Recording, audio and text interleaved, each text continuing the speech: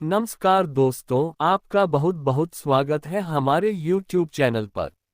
करवा चौथ की व्रत विधि व कथा। विधि सामग्री: रोली, मोली, पताशा, चावल, गेहूं, करवा, पानी का कलश, लाल कपड़ा, चांदी की अंगूठी, एक ब्लाउज पीस।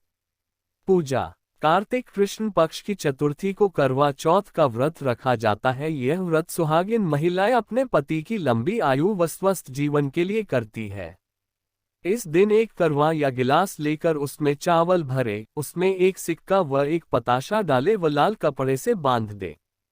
कहानी सुनने के लिए मिट्टी से 4 कोण का चौका लगाए, चारों कोनों पर रोली से बिंदी लगाए। बीच मिट्टी या सुपारी से गणेश जी बनाकर रखे और रोली, मोली व चावल से गणेश जी की पूजा करे। अब चौके के ऊपर करवा रखे, उस पर ब्लाउज पीस रखे, पानी का कलश, पताशा व चांदी की अंगूठी रखे। अपने हाथ में 4 गेहूं के दाने लेकर कथा सुने। जब चौथ की कथा सुनने के बाद जो 4 गेहूं के दाने हैं उससे तो रात में चांद को अर्घ देने के लिए रख ले व दूसरे 4 दाने लेकर गणेश जी की कहानी सुने और उसके बाद सूर्य को अर्घ दे। जो चांदी की अंगूठी हमने पूजा में रखी थी उससे भी अर्घ देते समय हाथ में ले लेवे। रात में चंद्रोदय होने पर जो गेहूं के दाने रखे हैं उससे अर्घ दे व भोग लगाए। करवा और ब्लाउज पीस अपनी सास या नंद को दे, उसके बाद अपना व्रत खोले। कथा: 7 भाई थे, उनके एक बहन थी। सभी भाई अपनी बहन से बहुत प्यार करते थे और हमेशा उसके साथ ही खाना खाते थे। जब बहन की शादी हो गई तो बहन ने करवा चौथ का व्रत किया। सभी भाई शाम को खाना खाने बैठे तो अपनी बहन को खाने के लिए बुलाया। तब बहन ने कहा कि आज मेरे चौथ माता का व्रत है। तब भाइयों ने सोचा कि चांद पता नहीं कब तक उदय होगा, अपनी बहन तो भूखी है। उन सब ने उपाय सोचा और पहाड़ पर जाकर आग जलाई और उसके आगे चालनी लगाकर चांद बना दिया और बोले कि बहन चांद उगाया। वो अपनी भाभियों से बोली कि चांद उगाया। तो भाभियां बोली कि ये चांद आपके लिए उगा है। वह भोली थी, नकली चांद के अर्घ देकर भाइयों के साथ खाना खाने बैठ गई। उसने जैसे ही पहला ग्रास तोड़ा तो उसमें बाल आ गया, दूसरा तोड़ा, इतने में उसके ससुराल से बुलावा आ गया कि लड़की को तुरंत ससुराल भेजो। जब माँ ने बेटी को विदा करने के लिए कपड़ों का बक्सा खोला तो उसमें भी सबसे पहले काला कपड़ा ही निकला। तब माँ बहुत डर गई। उसने अपनी बेटी को एक चांदी का सिक्का देते हुए कहा कि तुझे रास्ते में जो भी मिले उसके पैर छूती जाना और जो तुझे सुहागन होने का आशीर्वाद दे उसे ये सिक्का दे देना और अपने पल्लू पर गांठ बांध लेना। वो पूरे रास्ते ऐसा ही करती गई पर किसी ने उसे सुहागन होने का आशीर्वाद नहीं दिया। जब वह अपने ससुराल पहुंची तो बाहर उसकी जेठूती खेल रही थी। उसने उसके पैर छुए तो उसने सदा सुहागन का आशीर्वाद दिया। तो उसने सिक्का जेठूती को दिया और पल्लू पर गांठ बांध ली। जब घर के अंदर गई तो देखा कि उसका पति मरा पड़ा है। जब उसके पति को जलाने के लिए ले जाने लगे तो उसने नहीं ले जाने दिया। तब सबने कहा कि गांव में लाश नहीं रहने देंगे, तो गांव के बाहर एक झोपड़ी बना दी। वह उसमें रहने लगी और अपने पति की सेवा करने लगी। रोज घर से बच्चे उसे खाना दे जाते। कुछ समय बाद माघ की चौथ आई तो उसने व्रत किया। रात को चौथ माता गाजती गरजती आई तो उसने माता के पैर पकड़ लिए। माता पैर छुड़ाने लगी, बोली 7 भाइयों की बहन घनी भूखी, मेरे पैर छोड़। जब उसने पैर नहीं छोड़े तो चौथ माता बोली कि मैं कुछ नहीं कर सकती, मेरे से बड़ी बैशाख की चौथ आएगी, उसके पैर पकड़ना। कुछ समय बाद बैशाख की चौथ आई तो उसने कहा कि मैं कुछ नहीं कर सकती, मेरे से बड़ी भादवे की चौथ आएगी, उसके पैर पकड़ना।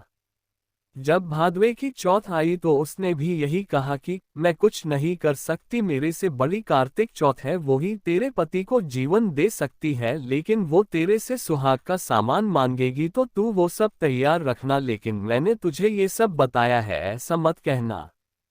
जब कार्तिक चौथ आई तो उसने अपने पति के लिए व्रत रखा। रात को चौथ माता आई तो उसने पैर पकड़ लिए तो माता बोली 7 भाइयों की लाडली बहन घनी भूखी, घनी तिसाई पापिनी, मेरे पैर छोड़। तब वो बोली कि माता मेरे से भूल हो गई, मुझे माफ कर दो और मेरे पति को जीवन दान दो। जब उसने माता के पैर नहीं छोड़े तो माता बोली कि ठीक है, जो सामान मैं मांगू वो मुझे लाकर दे। माता ने जो सामान मांगा वो उसने लाकर दे दिया। तब चौथ माता बोली कि तुझे ये सब किसने बताया? वो बोली कि माता, मैं इस जंगल में अकेली रहती हूँ, मुझे ये सब बताने यहाँ कौन आएगा? चौथ माता ने मांग में से सिंदूर लिया, आंख में से काजल व चिटली अंगुली से मेहंदी निकालकर उसके पति के छिटा तो उसका पति जीवित हो गया। माता ने उसके पति को जीवित कर दिया और सदा सुहागन का आशीर्वाद दिया। सुबह बच्चे जब खाना लेकर आए तो अपने चाचा को जीवित पाया।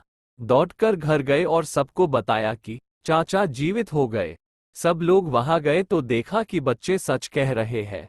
अपने बेटे को जीवित देखकर सास बहू के पैर पड़ने लगी तो बहू बोली, सासू जी आप ये क्या कर रही है? मैंने कुछ नहीं किया, ये तो चौथ माता ने किया है। हे चौथ माता, जैसे उसको सुहाग दिया वैसे सभी को देना। दोस्तों, आपको अगर पसंद आया तो सब्सक्राइब प्लीज। जय श्री राम। नमस्कार दोस्तों, आपका बहुत बहुत स्वागत है हमारे YouTube चैनल पर। लव कुश द्वारा रामायण गान। जब लव कुश अपने रामायण गान से पूर्ववासियों एवं आगंतुकों का मन मोहने लगे तब एक दिन श्री राम ने उन दोनों बालकों को अपनी राजसभा में बुलाया। उस समय राजसभा में श्रेष्ठ न्यायिक, दर्शन एवं कल्पसूत्र के विद्वान, संगीत तथा छंद कला मर्मज्ञ, विभिन्न शास्त्रों के ज्ञाता, ब्रह्मवेत्ता आदि मनीषी विद्यमान थे। लव कुश को देखकर सबको ऐसा प्रतीत होता था मानो दोनों श्रीराम के ही प्रतिरूप हैं। यदि इनके सिर पर जटाजूट और शरीर पर वल्कल न होते तो इनमें और श्रीराम में कोई अंतर दिखाई न देता। दोनों भाइयों ने अपराह्न तक प्रारंभिक 20 सर्गों का गान किया और उस दिन का कार्यक्रम समाप्त किया। पाठ समाप्त होने पर श्रीराम ने भरत को आदेश दिया कि दोनों भाइयों को 18,000 स्वर्ण मुद्राएं दी जाएं, किंतु लव कुश ने उसे लेने से इनकार कर दिया और कहा कि हम वनवासी हैं, हमें धन की क्या आवश्यकता है। इससे श्रीराम सहित सब श्रोताओं को भारी आश्चर्य हुआ। उन्होंने पूछा, ये काव्य किसने लिखा है और इसमें कितने श्लोक हैं? ये सुनकर उन मुनिकुमारों ने बताया, महर्षि वाल्मीकि ने इस महाकाव्य की रचना की है। इसमें 24,000 श्लोक और 100 उपाख्यान हैं। इसमें कुल 5 सर्ग और 6 कांड हैं। इसके अतिरिक्त उत्तरकांड इसका 7वां कांड है। आपका चरित्र ही इस महाकाव्य का विषय है। ये सुनकर रघुनाथ जी ने यज्ञ समाप्त होने के पश्चात संपूर्ण महाकाव्य सुनने की इच्छा प्रकट की। इस काव्य कथा को सुनकर उन्हें पता चला कि कुश और लव सीता के ही सुपुत्र हैं। दोस्तों, आपको अगर पसंद आया तो सब्सक्राइब प्लीज। जय श्री राम।